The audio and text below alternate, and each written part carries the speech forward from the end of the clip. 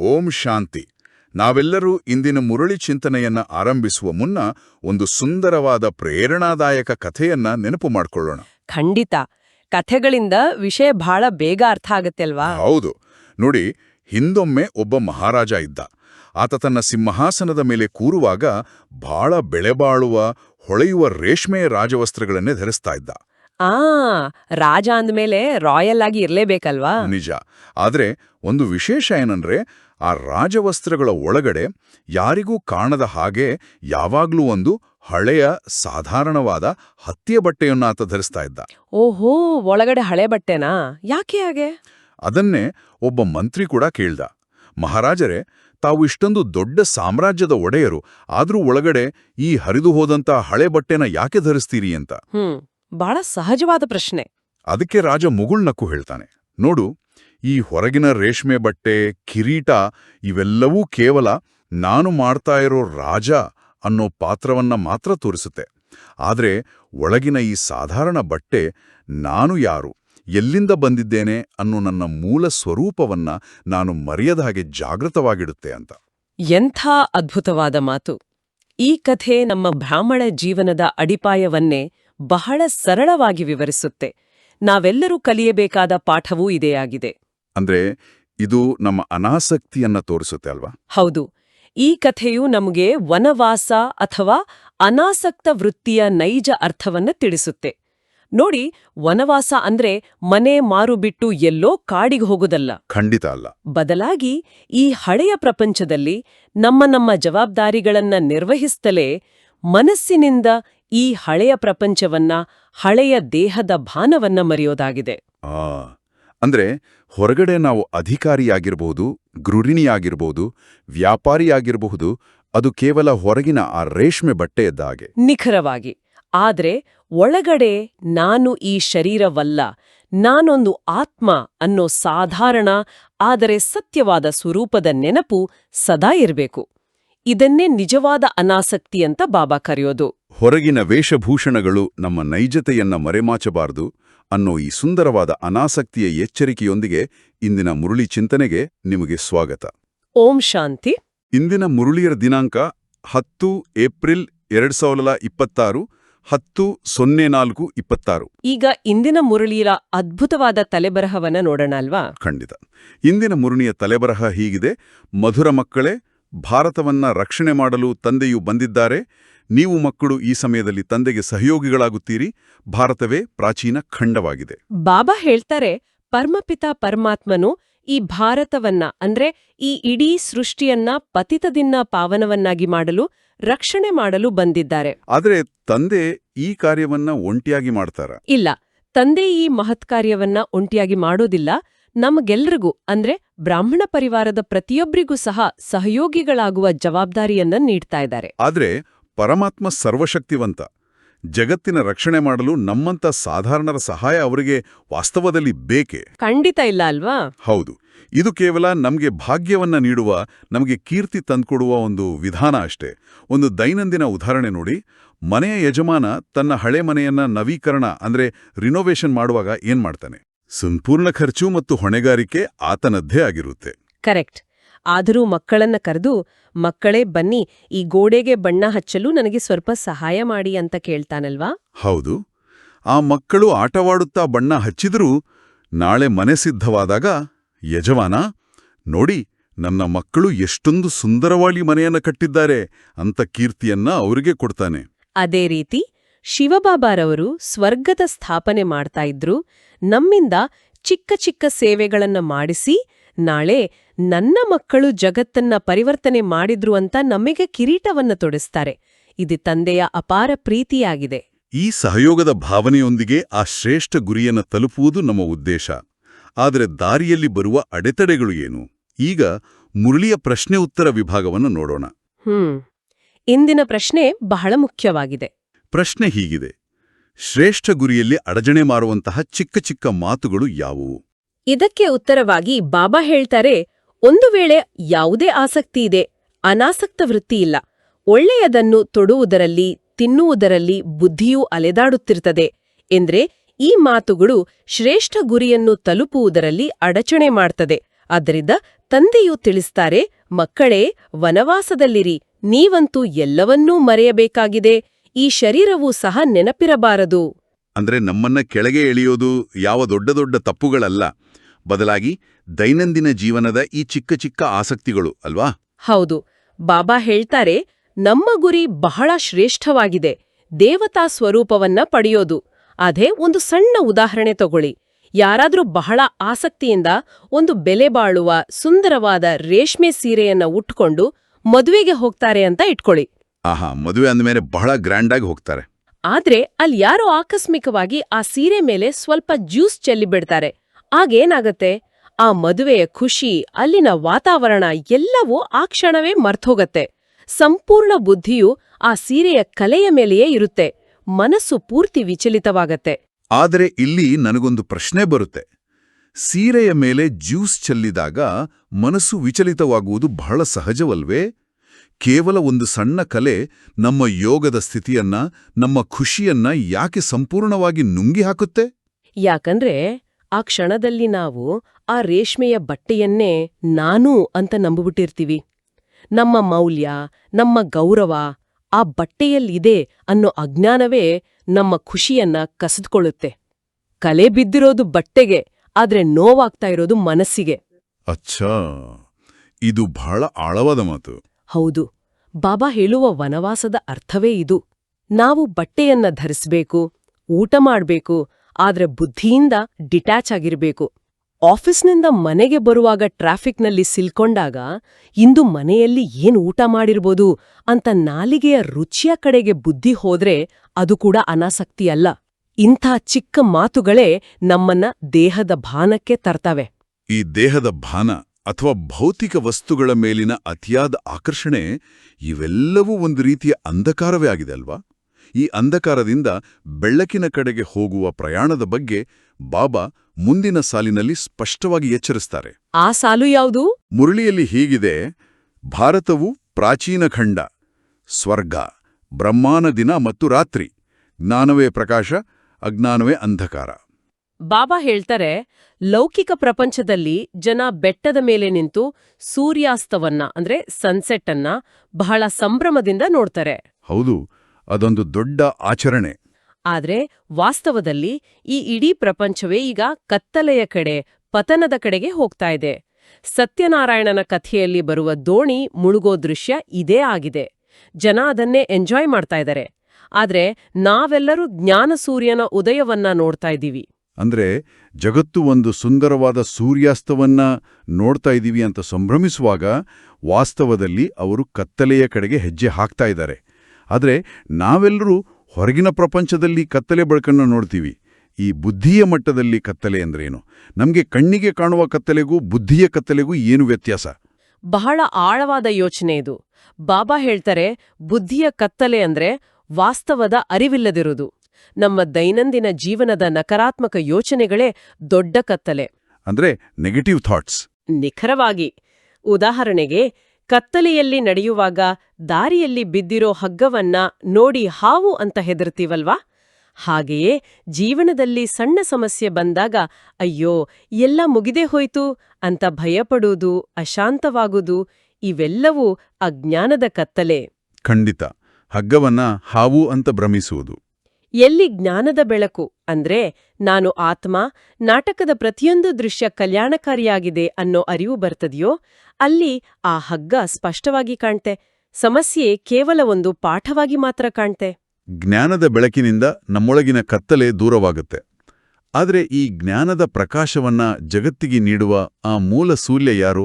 ಇದರ ಬಗ್ಗೆ ಪ್ರಪಂಚಕ್ಕೆ ಬಹಳ ದೊಡ್ಡ ಗೊಂದಲ ಇದೆ ಅಲ್ವಾ? ಹೌದು, ಭಕ್ತಿ ಮಾರ್ಗದಲ್ಲಿ ಕೃಷ್ಣನನ್ನೇ ಸರ್ವಸ್ವ ಅಂತ ನಂಬಿದ್ದಾರೆ. ಇಲ್ಲಿ ನಿರಾಕಾರ ಮತ್ತು ಸಾಕಾರದ ಒಂದು ಸುಂದರವಾದ ಸಂಬಂಧವನ್ನ ಬಾಬಾ ಮುರಳಿಯಲ್ಲಿ ಬಿಚ್ಚಿಡ್ತಾರೆ.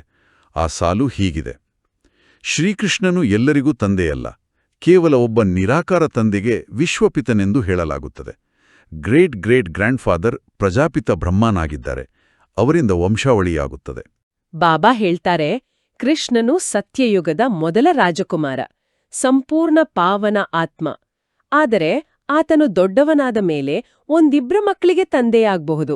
ಇಡೀ ವಿಶ್ವದ ಆತ್ಮಗಳಿಗೆ ತಂದೆಯಾಗಲು ಹೇಗೆ ಸಾಧ್ಯ? ಅದು ಸಾಧ್ಯವೇ ಇಲ್ಲ.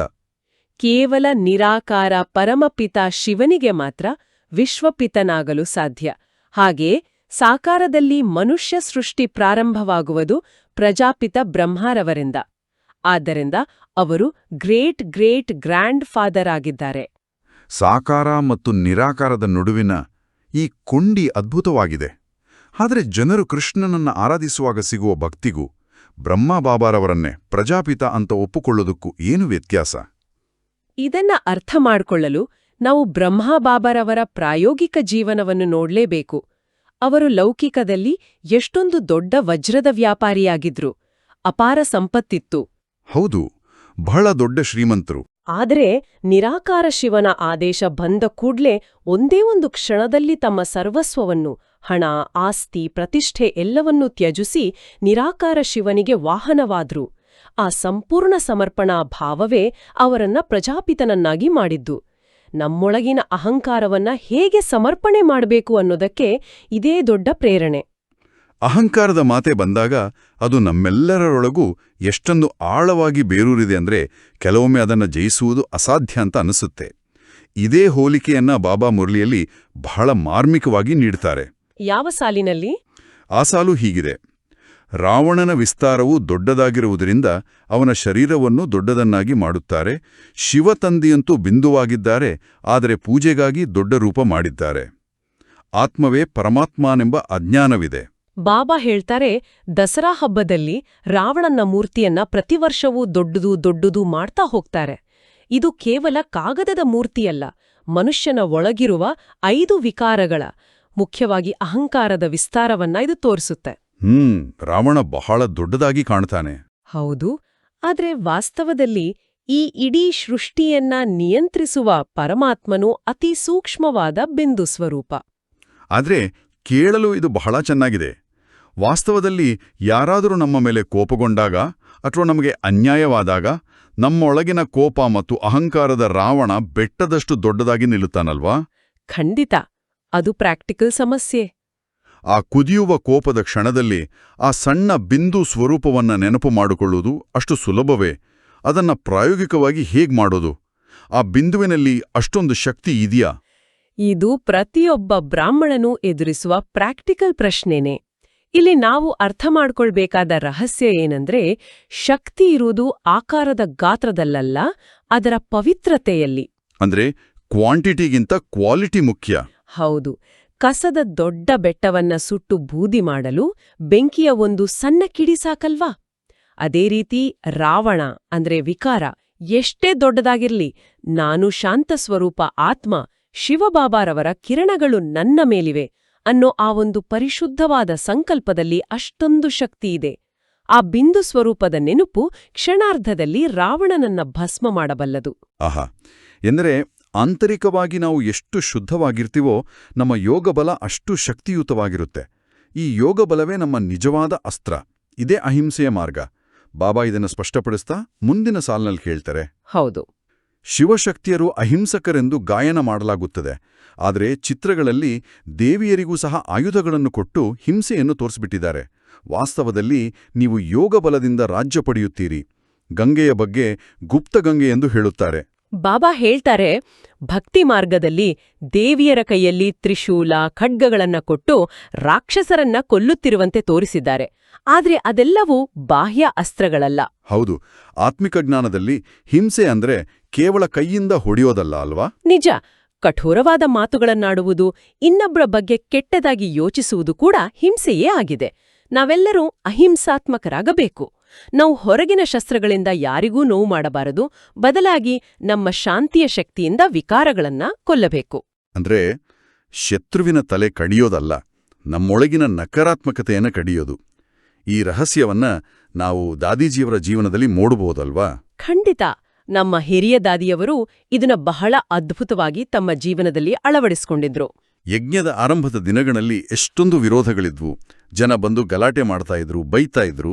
ಆದ್ರೆ ದಾದೀಜಿಯವರು ಎಂದಿಗೂ ಯಾರೊಂದಿಗೂ ಜಗಳವಾಡ್ಲಿಲ್ಲ, ಯಾರಿಗೂ ಪ್ರತ್ಯುತ್ತರ ಕೊಡ್ಲಿಲ್ಲ. ಅದೇ ನಿಜವಾದ ಶಕ್ತಿ. ಹೌದು, ಅವರು ತಮ್ಮ ಸಂಪೂರ್ಣ ಶಾಂತ ಸ್ಥಿತಿಯಲ್ಲಿದ್ದು ಕೇವಲ ತಮ್ಮ ಆತ್ಮಿಕ ದೃಷ್ಟಿ ಮತ್ತು ಮಧುರವಾದ ವಾಣಿಯಿಂದಲೇ ಎದುರಾಳಿಗಳ ಕೋಪವನ್ನ ತಣ್ಣಗಾಗಿಸ್ತಿದ್ರು. ಇದನ್ನೇ ಬಾಬಾ ಗುಪ್ತಗಂಗೆ ಅಂತ ಕರೆಯೋದು. ಅಂದ್ರೆ ಗುಪ್ತಗಂಗೆ ಅನ್ನೋದು ಬೆಟ್ಟದಿಂದ ಹರಿಯುವ ನೀರಲ್ಲ. ಅಲ್ಲವೇ ಅಲ್ಲ, ಅದು ನಮ್ಮ ಒಳಗಿನಿಂದ, ನಮ್ಮ ದೃಷ್ಟಿಯಿಂದ ಸದಾ ಹರಿಯುವ ಜ್ಞಾನ ಮತ್ತು ಪವಿತ್ರತೆ ತಂಪಾದ ಸರಿಯಾಗಿದೆ. ಅವರ ಪ್ರೀತಿಯ ಮುಂದೆ ಎಷ್ಟೇ ದೊಡ್ಡ ಶತ್ರುವಾದ್ರೂ ತಲೆಬಾಗುತ್ತಿದ್ದ. ಆ ಆಂತರಿಕ ಶಕ್ತಿ ಎಚ್ಚರವಾಗುವುದು ನಾವು ಯಾರು, ನಾವು ಎಲ್ಲಿಂದ ಬಂದಿದ್ದೇವೆ ಅನ್ನೋ ನಮ್ಮ ಪ್ರಾಚೀನ ಇತಿಹಾಸದ ನೆನಪಾದಾಗ ಅಲ್ವಾ? ಈ ಶಾಂತಿಯ ಸ್ಥಿತಿಯನ್ನ ಕಾಯ್ದುಕೊಳ್ಳಲು ಬಾಬಾ ನಮ್ಮನ್ನ 5000 ವರ್ಷಗಳ ಹಿಂದಿನ ಮಧುರ ನೆನಪಿಗೆ ಕರೆದೊಯ್ಯುತ್ತಿದ್ದಾರೆ. ಬಾಬಾ ಏನ್ ಹೇಳ್ತಾರೆ ಆ ಸಾಲಿನಲ್ಲಿ? ತಂದೆಯು ಮಕ್ಕಳೊಂದಿಗೆ ಕೇಳುತ್ತಾರೆ, ಮೊದಲು ಎಂದಾದರೂ ಮಿಲನ ಮಾಡಿದ್ದೀರಾ? ಆಗ ಮಕ್ಕಳು ಹೇಳುತ್ತಾರೆ, ಹೌದು ಬಾಬಾ, 5000 ವರ್ಷಗಳ ಮೊದಲು ಮಿಲನ ಮಾಡಿದ್ದೆವು. ಹೆಚ್ಚು ಬೆಲೆಯ ಸೀರೆ ಧರಿಸಿದರೆ ದೇಹಾಭಿಮಾನ ಬರುತ್ತದೆ, ಕಡಿಮೆ ಬೆಲೆಯ ಸೀರೆ ಸಿಕ್ಕರೆ ಖುಷಿಯಾಗಬೇಕು. ಹಳೆಯ ಪ್ರಪಂಚದಿಂದ ಬುದ್ಧಿಯೋಗವನ್ನು ತೆಗೆಯುವುದೇ ಬೇಹದ್ದಿನ ಸನ್ಯಾಸ. ಬಾಬಾ ಹೇಳ್ತಾರೆ, ನಾವು ಪ್ರತಿದಿನ ಬಾಬಾರವನನ್ನ ಭೇಟಿ ಮಾಡುವಾಗ ನಾನು ಸಂಪೂರ್ಣ ಒಂದು ಕಲ್ಪದ ನಂತರ 5000 ವರ್ಷಗಳ ನಂತರ ಮತ್ತೆ ನನ್ನ ತಂದೆಯನ್ನ ಭೇಟಿಯಾಗುತ್ತಿದ್ದೇನೆ ಅನ್ನೋ ನಶೆ ನಮ್ಮಲ್ಲಿರಬೇಕು. ಆ ನಶೆ ಇದ್ದಾಗ ಹೊರಗಿನ ವಸ್ತುಗಳ ಮೇಲಿನ ವ್ಯಾಮೋಹ ತಾನಾಗಿಯೇ ದೂರವಾಗುತ್ತೆ. ಬಗ್ಗೆ ಬಹಳ ಒತ್ತು ನೀಡಿದ್ದಾರೆ. ಹೊರಗಿನ ಪ್ರಪಂಚದಲ್ಲಿ ಸನ್ಯಾಸಿಗಳು ಕಾಡಿಗೆ ಹೋಗ್ತಾರೆ, ಆದ್ರೆ ನಾವಿಲ್ಲಿಯೇ ಇದ್ದು ಬುದ್ಧಿಯಿಂದ ಎಲ್ಲವನ್ನೂ ಬಿಡಬೇಕು. ಹೆಚ್ಚು ಬೆಲೆಯ ಸೀರೆಯಿಂದ ನಮ್ಮ ಮೌಲ್ಯ ಹೆಚ್ಚಾಗುವುದಿಲ್ಲ. ಆರಂಭದಲ್ಲಿ ನಾವು ಕೇಳಿದ ರಾಜನ ಕಥೆಗೂ ಈ ಸಾಲುಗಳಿಗೂ ಎಷ್ಟೊಂದು ಸುಂದರವಾದ ಸಂಬಂಧವಿದೆ ನೋಡಿ. ಬಟ್ಟೆ ಕೇವಲ ಪಾತ್ರಕ್ಕಾಗಿ. ಇಲ್ಲಿ ಜಗದಾಂಬೆ ಮಮ್ಮಾರವರ ಪ್ರಾಯೋಗಿಕ ಜೀವನ ಕಣ್ಣಿಗೆ ಕಟ್ಟುತ್ತೆ. ಖಂಡಿತ, ಮಮ್ಮ ಇದಕ್ಕೆ ಅತ್ಯುತ್ತಮ ಉದಾಹರಣೆ. ಮಮ್ಮಾರವರು ಯಜ್ಞದಲ್ಲಿ ಸದಾ ಅತ್ಯಂತ ಸರಳವಾದ ಕಡಿಮೆ ಬೆಲೆಯ ಹತ್ತಿಯ ಉಡುಪನ್ನ ಧರಿಸ್ತಾ ಇದ್ರು. ಆದರೆ ಅವರ ಮುಖದಲ್ಲಿನ ಅತಿಮಾನುಷ ತೇಜಸ್ಸು, ಆ ರಾಯಲ್ಟಿ ಎಂಥವರನ್ನಾದರೂ ಬೆರಗುಗೊಳಿಸುತ್ತಿತ್ತು. ನಿಜ, ನಮ್ಮ ಮೌಲ್ಯ ನಾವು ಧರಿಸುವ ಬಟ್ಟೆ ಅಥವಾ ಬ್ಯಾಂಕ್ ಬ್ಯಾಲೆನ್ಸ್ನಿಂದ ನಿರ್ಧಾರವಾಗುವುದಿಲ್ಲ.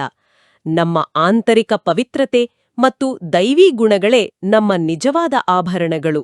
ಮಧುರಾತಿ ಮಧುರ ಅಗಲಿ ಹೋಗಿ ಮರಳಿ ಸಿಕ್ಕಿರುವ ಮಕ್ಕಳ ಪ್ರತಿ ಮಾತಾಪಿತಾ ಬಾಬ್ದಾದಾರವರ ನೆನಪು, ಪ್ರೀತಿ ಹಾಗೂ ಸುಪ್ರಭಾತ. ಆತ್ಮಿಕ ಮಕ್ಕಳಿಗೆ ಆತ್ಮಿಕ ತಂದೆಯೋ ನಮಸ್ತೆ. ನಮಸ್ತೆ. ಈಗ ನಾವು ಇಡೀ ದಿನ ನಮ್ಮ ಜೀವನದಲ್ಲಿ ಅಳವಡಿಸಿಕೊಳ್ಳಬೇಕಾದ ಮುಖ್ಯ ಅಂಶಗಳನ್ನು ನೋಡೋಣ. ಧಾರಣೆಗಾಗಿ ಮುಖ್ಯ ಸಾರ. ಮೊದಲನೇ ಅಂಶ ಹೀಗಿದೆ: ಬುದ್ಧಿಯಿಂದ ಬೇಹದ್ದಿನ ಸನ್ಯಾಸ ಮಾಡಬೇಕಾಗಿದೆ. ಹಿಂತಿರುಗಿ ಮನೆಗೆ ಹೋಗುವ ಸಮಯವಾಗಿದೆ. ಆದ್ದರಿಂದ ಹಳೆಯ ಪ್ರಪಂಚ ಮತ್ತು ಹಳೆಯ ಶರೀರದಿಂದ ಅನಾಸಕ್ತರಾಗಿರಬೇಕಾಗಿದೆ. ಬಾಬಾ ಹೇಳ್ತಾರೆ, ಈ ಬೇಹದ್ದಿನ ಸನ್ಯಾಸವನ್ನ ನಾವು ನಮ್ಮ ದಿನನಿತ್ಯದ ಕರ್ಮಕ್ಷೇತ್ರದಲ್ಲಿ ಅಳವಡಿಸ್ಕೊಳ್ಬೇಕು. ಸನ್ಯಾಸ ಅಂದ್ರೆ ಜವಾಬ್ದಾರಿಗಳನ್ನ ಬಿಟ್ಟು ಓಡಿ ಹೋಗುದಲ್ಲ. ಉದಾಹರಣೆಗೆ, ನಾವೆಲ್ಲರೂ ಆಫೀಸ್ನಲ್ಲಿ ಕೆಲಸ ಮಾಡ್ತಾ ಇರ್ಬೋದು ಅಥವಾ ವ್ಯವಹಾರ ನಡೆಸ್ತಿರ್ಬೋದು. ಆ ಕೆಲಸವನ್ನ ಸಂಪೂರ್ಣ ಜವಾಬ್ದಾರಿಯಿಂದ ಮಾಡಬೇಕಲ್ವಾ? ಹೌದು, ನಿಷ್ಠೆಯಿಂದ ಮಾಡಬೇಕು. ಆದ್ರೆ ಒಳಗಡೆ ಒಂದು ಟ್ರಸ್ಟಿ ಭಾವನೆ ಇರ್ಲಿ. ಅಂದ್ರೆ ಒಂದು ರೈಲು ನಿಲ್ದಾಣದಲ್ಲಿ ಕುರ್ಚಿ ಮೇಲೆ ಕುಳಿತಾಗ ಈ ಕುರ್ಚಿ ನನ್ನದಲ್ಲ, ರೈಲು ಬಂದು ಕೂಡಲೇ ನಾನು ಹೊರಡಬೇಕು ಅನ್ನೋ ಅರಿವಿರುವ ಹಾಗೆ ಅಲ್ವಾ? ಈ ಶರೀರವು ನನ್ನದಲ್ಲ, ಇದು ಭೋಗ್ಯ ವಸ್ತು, ನಾನಿದನ್ನು ಬಿಟ್ಟು ಹೋಗಬೇಕಾಗಿದೆ ಅನ್ನೋ ಅರಿವು ನಮ್ಮನ್ನ ಕರ್ಮಯೋಗಿಯನ್ನಾಗಿ ಮಾಡುತ್ತೆ. ಖಂಡಿತ. ಎರಡನೇ ಅಂಶ ಏನ್ ಹೇಳ್ತಾರೆ ಬಾಬಾ? ಧಾರಣೆಯ ಎರಡನೇ ಅಂಶ, ಡ್ರಾಮಾದ ಪ್ರತಿ ದೃಶ್ಯವನ್ನು ನೋಡುತ್ತಾ ಸದಾ ಹರ್ಷಿತರಾಗಿರಬೇಕಾಗಿದೆ. ಬಾಬಾ ಹೇಳ್ತಾರೆ, ಈ ಇಡೀ ಸೃಷ್ಟಿ ಒಂದು ಅನಾದಿ ನಿಶ್ಚಿತ ನಾಟಕವಾಗಿದೆ. ನಮ್ಮ ಜೀವನದಲ್ಲಿ ಎಷ್ಟೇ ದೊಡ್ಡ ಕಷ್ಟಗಳು ಬರ್ಲಿ, ಅನಾರೋಗ್ಯ ಬರ್ಲಿ, ಆರ್ಥಿಕ ನಷ್ಟವಾಡ್ಲಿ, ಎಲ್ಲವನ್ನೂ ಕೇವಲ ನಾಟಕದ ಒಂದು ದೃಶ್ಯ ಅಂತ ಸಾಕ್ಷಿಯಾಗಿ ನೋಡುವ ಕಲೆಯನ್ನ ಕಲಿಯಬೇಕು. ಅಯ್ಯೋ, ಯಾಕೆ ಹೀಗಾಯಿತು ಅಂತ ಪ್ರಶ್ನಿಸುವುದೇ ದುಃಖಕ್ಕೆ ಮೂಲ ಕಾರಣ. ನಿಖರವಾಗಿ. ಬದಲಾಗಿ ಇದು ಡ್ರಾಮಾದಲ್ಲಿ ಮೊದಲೇ ನಿಶ್ಚಿತವಾಗಿದೆ, ಇದರಲ್ಲಿಯೇ ಕಲ್ಯಾಣವಿದೆ ಅಂತ ಒಪ್ಕೊಂಡಾಗ ಮಾತ್ರ ನಾವು ಸದಾ ಹರ್ಷಿತರಾಗಿರಲು ಸಾಧ್ಯ. ಇಂದಿನ ವರದಾನ, ಬಾಬ್ದಾದರವರನ್ನು ತಮ್ಮ ಸಂಗಾತಿ ಎಂದು ತಿಳಿದು ಡಬಲ್ ಫೋರ್ಸ್ನಿಂದ ಕಾರ್ಯ ಮಾಡುವಂಥ ಸಹಜಯೋಗಿ ಭವ. ಬಾಬಾ ಹೇಳ್ತಾರೆ, ನಾವು ಈ ಜಗತ್ತಿನಲ್ಲಿ ಒಂಟಿಯಾಗಿಲ್ಲ. ದಿನನಿತ್ಯದ ಅಡುಗೆ ಕೆಲಸವಿರಬಹುದು, ಆಫೀಸಿನ ಮೀಟಿಂಗ್ ಇರಬಹುದು, ಅಥವಾ ಯಾವುದೇ ದೊಡ್ಡ ಸವಾಲಿರಬಹುದು. ಎಲ್ಲದರಲ್ಲೂ ಬಾಬಾರವರನ್ನ ಸೇರಿಸ್ಕೊಳ್ಬೇಕು ಅಲ್ವಾ? ಹೌದು. ಪ್ರತಿಯೊಂದು ಕಾರ್ಯದಲ್ಲೂ ಶಿವಬಾಬಾ ನನ್ನ ಜೊತೆಯಲ್ಲಿದ್ದಾರೆ, ನನ್ನ ಸಂಗಾತಿಯಾಗಿದ್ದಾರೆ ಅನ್ನೋ ಭಾವನೆ ಇದ್ರೆ ಏನಾಗುತ್ತೆ? ನಾವು ಒಬ್ರೇ ಕೆಲಸ ಮಾಡುವಾಗ ದೈಹಿಕವಾಗಿ ಬೇಗ ಸುಸ್ತಾಗ್ತೀವಿ. ಆದ್ರೆ ಬಾಬಾ ಜೊತೆಗಿದ್ದಾರೆ ಅನ್ನೋ ಬುದ್ಧಿಯ ನಿರಂತರ ಸತ್ಸಂಗದಿಂದ ನಮ್ಮ ಆಂತರಿಕ ಶಕ್ತಿ ದುಪ್ಪಟ್ಟಾಗುತ್ತೆ. ಅಂದ್ರೆ ಡಬಲ್ ಫೋರ್ಸ್ ಸಿಗುತ್ತೆ. ಒಬ್ಬರೇ ಭಾರ ಹೊರುವ ಬದಲು ಆ ಭಾರವನ್ನ ಸರ್ವಶಕ್ತಿವಂತನಿಗೆ ಒಪ್ಪಿಸಿದರೆ ಕಷ್ಟದ ಕೆಲಸವು ಹೂವಿನಷ್ಟು ಹಗುರವಾಗುತ್ತೆ. ಎಂತಹ ಅದ್ಭುತವಾದ ಆಶಯ ಇದು. ಈಗ ಇಂದಿನ ಸ್ಲೋಗನ್: ಯಾರು ಎಂದಿಗೂ ಮಾಯೆಯ ಪ್ರಭಾವದಲ್ಲಿ ಪರವಶರಾಗುವುದಿಲ್ಲವೋ ಅವರು ಮಹಾರಥಿಯಾಗಿದ್ದಾರೆ. ನಿಜ, ಮಾಯೆಯ ಪ್ರಭಾವಕ್ಕೆ ಒಳಗಾಗದಿರುವುದೇ ಮಹಾರಥಿಯ ಲಕ್ಷಣ. ಇಂದಿನ ಅವ್ಯಕ್ತ ಇಶಾರೆಯನ್ನ ನೋಡೋಣ. ಮಹಾನರಾಗಲು ಮಧುರತೆ ಮತ್ತು ನಮ್ರತೆಯ ಗುಣಧಾರಣೆ ಮಾಡು. ಮಧುರತೆಯೇ ಬ್ರಾಹ್ಮಣ ಜೀವನದ ಮಹಾನತೆಯಾಗಿದೆ. ಎಲ್ಲಿ ಮಧುರತೆ ಇದೆ ಅಲ್ಲಿ ಪವಿತ್ರತೆ ಇದೆ. ಪವಿತ್ರತೆ ಇಲ್ಲದೆ ಮಧುರತೆ ಬರಲು ಸಾಧ್ಯವಿಲ್ಲ. ಎಷ್ಟು ಬುದ್ಧಿಯಲ್ಲಿ ನಶೆ ಇರುತ್ತದೆ, ಅಷ್ಟು ಕರ್ಮದಲ್ಲಿ ನಮ್ರತೆ ಮತ್ತು ಮಾತಿನಲ್ಲಿ ಮಧುರತೆ ಇರಲಿ. ಬಾಬಾ ಹೇಳ್ತಾರೆ, ಮಧುರತೆ ಎನ್ನುವುದು ಕೇವಲ ತುಟಿಯ ಮೇಲಿನ ನಗುವಲ್ಲ, ಅದು ಆತ್ಮದ ಆಳದಿಂದ ಬರುವ ಪವಿತ್ರತೆಯ ಸಂಕೇತವಾಗಿದೆ. ಯಾರು ಒಳಗಿನಿಂದ ಶುದ್ಧವಾಗಿರ್ತಾರೋ ಅವರ ಪ್ರತಿಯೊಂದು ಮಾತು ಅಮೃತದಂತೆ ಇರುತ್ತೆ. ಹಾಗೆಯೇ ನಮ್ರತೆಯ ಬಗ್ಗೆಯೂ ಬಹಳ ಸುಂದರವಾಗಿ ಹೇಳಿದ್ದಾರೆ. ಹೌದು, ನಮ್ರತೆ ಅಂದ್ರೆ ದೌರ್ಬಲ್ಯವಲ್ಲ. ಲೌಕಿಕದಲ್ಲಿ ಬಗ್ಗಿದ್ರೆ ಕೀಳು ಅಂದ್ಕೊಳ್ತಾರೆ. ಆದ್ರೆ ಆಧ್ಯಾತ್ಮದಲ್ಲಿ ನಮ್ರತೆ ಅಂದ್ರೆ ಸಂಪೂರ್ಣ ಅಹಂಕಾರವಿಲ್ಲದ ಸ್ಥಿತಿ. ಹಣ್ಣು ಬಿಟ್ಟ ಮರ ತಾನಾಗಿಯೇ ಬಾಗುವ ಹಾಗೆ ಜ್ಞಾನ ಮತ್ತು ಗುಣಗಳಿಂದ ಸಂಪನ್ನರಾದ ಬ್ರಾಹ್ಮಣ ಮಕ್ಕಳು ಸದಾ ನಮ್ರತೆಯಿಂದ ಎಲ್ಲರಿಗೂ ಸುಖವನ್ನು ನೀಡ್ತಾರೆ. ಇದು ಮಹಾನತೆಯ ಲಕ್ಷಣವಾಗಿದೆ. ಈಗ ನಾವೆಲ್ಲರೂ ಸೇರಿ 1 ನಿಮಿಷದ ಯೋಗಾಭ್ಯಾಸವನ್ನ ಮಾಡೋಣ. ಎಲ್ಲರೂ ಒಂದು ಕ್ಷಣ ಹೊರಗಿನ ಪ್ರಪಂಚದ ಎಲ್ಲಾ ಶಬ್ದಗಳನ್ನ, ದೈನಂದಿನ ಜವಾಬ್ದಾರಿಗಳ ಆಲೋಚನೆಗಳನ್ನ ಬದಿಗಿಟ್ಟು ನಿಮ್ಮನ್ನು ನೀವು ಭ್ರುಕುಟಿಯ ಮಧ್ಯದಲ್ಲಿರುವ ಒಂದು ಪ್ರಕಾಶಮಾನವಾದ ನಕ್ಷತ್ರವೆಂದು ಭಾವಿಸಿ. ನಾನು ಒಂದು ಚೈತನ್ಯ ಬಿಂದು. ನನ್ನ ಪರಮಪಿತ ಜ್ಞಾನಸೂರ್ಯನಾದ ಶಿವಬಾಬಾರವರಿಂದ ಶುಭ್ರವಾದ ಶಕ್ತಿಶಾಲಿ ಬೆಳಕಿನ ಕಿರಣಗಳು ನೇರವಾಗಿ ನನ್ನ ಮೇಲೆ ಬೀಳುತ್ತಿವೆ. ಆ ದಿವ್ಯ ಪ್ರಕಾಶ. ಹೌದು, ಆ ದಿವ್ಯ ಪ್ರಕಾಶದಿಂದ ನನ್ನೊಳಗಿನ ಅಜ್ಞಾನದ ಕತ್ತಲೆ, ಅಹಂಕಾರದ ರಾವಣ ಸಂಪೂರ್ಣವಾಗಿ ಸುಟ್ಟು ಭಸ್ಮವಾಗುತ್ತಿದ್ದಾನೆ. ಹಳೆಯ ಪ್ರಪಂಚದ ಎಲ್ಲಾ ಆಕರ್ಷಣೆಗಳು ಕರಗಿ ಹೋಗುತ್ತಿದ್ದವೆ. ನಾನು ಸಂಪೂರ್ಣವಾಗಿ ಪವಿತ್ರ ಮತ್ತು ಹಗುರವಾದ ಆತ್ಮನಾಗಿದ್ದೇನೆ. ಬಾಬಾರವರ ಪ್ರೀತಿಯ ಛತ್ರಛಾಯೆಯಲ್ಲಿ ನಾನು ಸುರಕ್ಷಿತನಾಗಿದ್ದೇನೆ. ಓಂ ಶಾಂತಿ. ಓಂ ಶಾಂತಿ. ಇಂದಿನ ಈ ಸಂಪೂರ್ಣ ಮುರುಳಿಯ ಸಾರಾಂಶವನ್ನ ನಾವು ದಿನವಿಡೀ ಅಭ್ಯಾಸ ಮಾಡೋಣ ಅಲ್ವಾ? ಖಂಡಿತ ಮಾಡೋಣ. ಇಂದು ನಾವು ಮುಖ್ಯವಾಗಿ ಬುದ್ಧಿಯಿಂದ ವನವಾಸದಲ್ಲಿರುವುದು ಅಂದ್ರೆ ಹಳೆಯ ಪ್ರಪಂಚದಿಂದ ಅನಾಸಕ್ತರಾಗುವುದನ್ನ, ಯಾವುದೇ ಪರಿಸ್ಥಿತಿಯಲ್ಲೂ ದಾದಿಯವರಂತೆ ಅಹಿಂಸಾತ್ಮಕವಾಗಿ ಗುಪ್ತಗಂಗೆಯಾಗಿ ಮಾಯೆಯನ್ನ ಗೆಲ್ಲುವುದನ್ನ ಮತ್ತು ಪ್ರತಿಯೊಂದ ಕರ್ಮದಲ್ಲೂ ಬಾಬಾರವರನ್ನ ನಮ್ಮ ಸಂಗಾತಿಯನ್ನಾಗಿ ಮಾಡಿಕೊಂಡು ಡಬಲ್ ಫೋರ್ಸ್ ಅನ್ನ ಅನುಭವಿಸುವ ಬಗ್ಗೆ ಅಭ್ಯಾಸ ಮಾಡೋಣ. ಮಧುರ ಮಧುರ ಮಕ್ಕಳೇ, ಇಂದು ಇಡೀ ದಿನ ಬಾಬಾರವರ ಜೊತೆಗಿನ 5000 ವರ್ಷಗಳ ಈ ಮಧುರ ಮಿಲನವನ್ನು ನೆನಪು ಮಾಡುತ್ತಾ, ನಾಟಕದ ಪ್ರತಿಯೊಂದು ದೃಶ್ಯವನ್ನು ಸಾಕ್ಷಿಯಾಗಿ ನೋಡುತ್ತಾ, ಪ್ರತಿಯೊಂದು ಕರ್ಮದಲ್ಲಿ ಆ ಡಬಲ್ ಶಕ್ತಿಯನ್ನು ಅನುಭವ ಮಾಡಿ. ಹೊರಗಿನ ವೇಷಭೂಷಣಗಳಿಗಿಂತ ಒಳಗಿನ ಹಳೆಯ ಬಟ್ಟೆಯನ್ನು ನೆನಪಿಡುವ ರಾಜನಂತೆ ನಿಮ್ಮ ಮೂಲ ಸ್ವರೂಪವನ್ನು ಸದಾ ಜಾಗೃತವಾಗಿಟ್ಕೊಳ್ಳಿ. ಲೈಕ್, ಶೇರ್, ಫಾರ್ವರ್ಡ್ ಮಾಡಿ. ನಾಳೆ ಮತ್ತೆ ಹೊಸ ಬಾಬಾರ ಮುರಳಿಯನ್ನು ಕೇಳೋಣ. ಓಂ ಶಾಂತಿ.